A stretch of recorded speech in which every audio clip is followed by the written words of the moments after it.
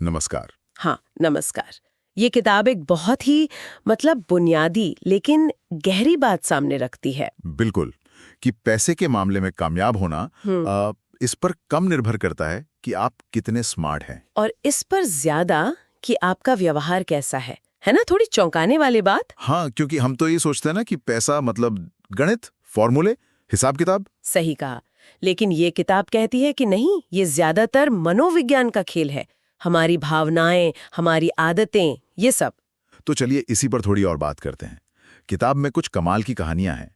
शुरुआत में ही 2 किस्से हैं बिल्कुल एक दूसरे से उलट। हाँ, वो रोनाल्ड रेड वाली कहानी। हाँ, एक चौकीदार, गैस स्टेशन पर काम करने वाले, जिन्होंने धीरे धीरे बचत की, निवेश किया और अंत में $8 मिलियन। हाँ, है ना कमाल? कमाल ही है। और दूसरी तरफ है रिचर्ड फुस्कोन। फाइनेंस एक्सपर्ट, दिमाग तो तेज था। बहुत तेज। लेकिन हुआ क्या?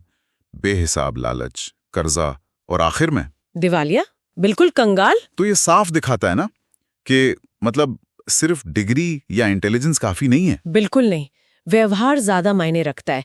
धैर्य, अनुशासन और सबसे बड़ी बात, लालच से बचना। रीड में ये था, फुक्सकॉन में नहीं। और ये बात हमें एक और मुद्दे पर लाती है, किस्मत और जोखिम। हाँ, ये बहुत महत्वपूर्ण है। अक्सर हम इसे अनदेखा कर देते हैं। जैसे बिल गेट्स का उदाहरण, वो सफल हुए, सब जानते हैं, पर उनके स्कूल के एक दोस्त थे, केंट एवांस। उतने ही होनहार, शायद ज्यादा भी। हाँ, पर एक पर्वतारोहण दुर्घटना में उनकी जान चली गई। सोचिए, काबिलियत एक जैसी पर किस्मत अलग। बिल्कुल। इसका मतलब ये है कि हर सफलता पूरी तरह आपकी मेहनत या काबिलियत नहीं होती, और हर असफलता आपकी बेवकूफी नहीं होती। सही कहा, जोखिम हमेशा रहता है और हमें दूसरों की सफलता या असफलता को आंकते वक्त इसे ध्यान में रखना चाहिए। हाँ, और यहीं से वो सवाल उठता है, कितना पैसा काफी होता है?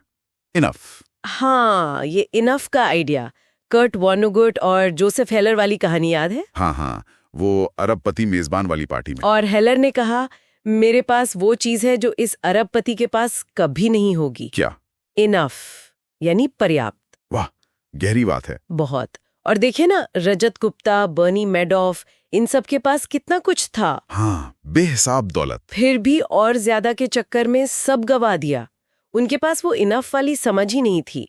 शायद यही सबसे मुश्किल काम है पैसों के मामले में। क्या?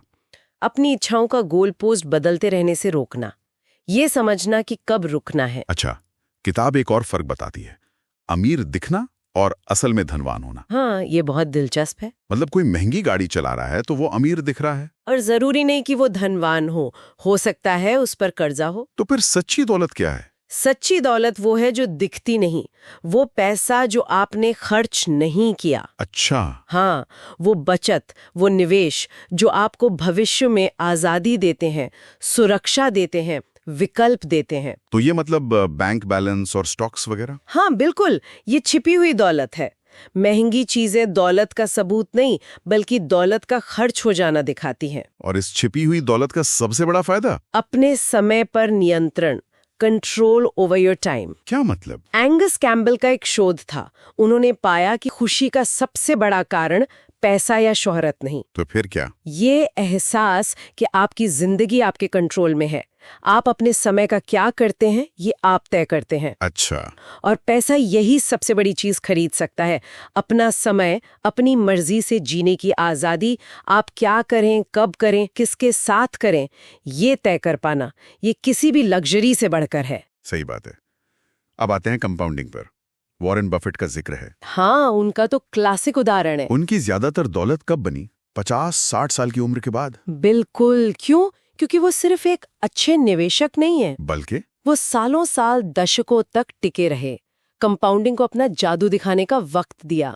तो सिर्फ अच्छा रिटर्न कमाना ही काफी नहीं, लंबे समय तक टिके रहना ज्यादा जरूरी है। बाजार ऊपर जाए नीचे जाए, आपको टिके रहना है।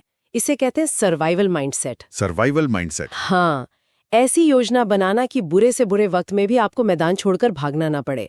जेसी लिवरमोर जैसे बड़े ट्रेडर भी इसीलिए फेल हुए, वो टिक नहीं पाए। तो जरूरी है कि अपनी योजनाओं में थोड़ी गुंजाइश रखें, रूम फॉर एरर। बिल्कुल, थोड़ी ढील, ताकि अगर कुछ गड़बड़ हो, कोई अप्रत्याशित झटका लगे, तो आप खेल से बाहर ना हो जाएं।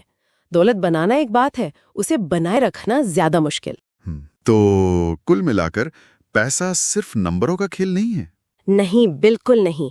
ये हमारी भावनाओं, हमारे डर, हमारी उम्मीदों, हमारे व्यवहार सबका आईना है। और सफलता के लिए जरूरी है कि हम अपनी इन मनोवैज्ञानिक कमजोरियों को समझें। हाँ, इनफ को परिभाषित करें और सिर्फ ऊंचे रिटर्न के पीछे भागने की बजाय लंबे समय तक टिके रहने पर ध्यान दें। किताब एक और बड़ा दिलचस्प सवाल उठाती है आखिर में। हाँ, वो एंड ऑफ हिस्ट्री इल्यूजन वाला। हाँ, वही कि हम भविष्य की योजना तो बनाते हैं, लेकिन हम खुद भी तो बदल जाते हैं। सही कहा।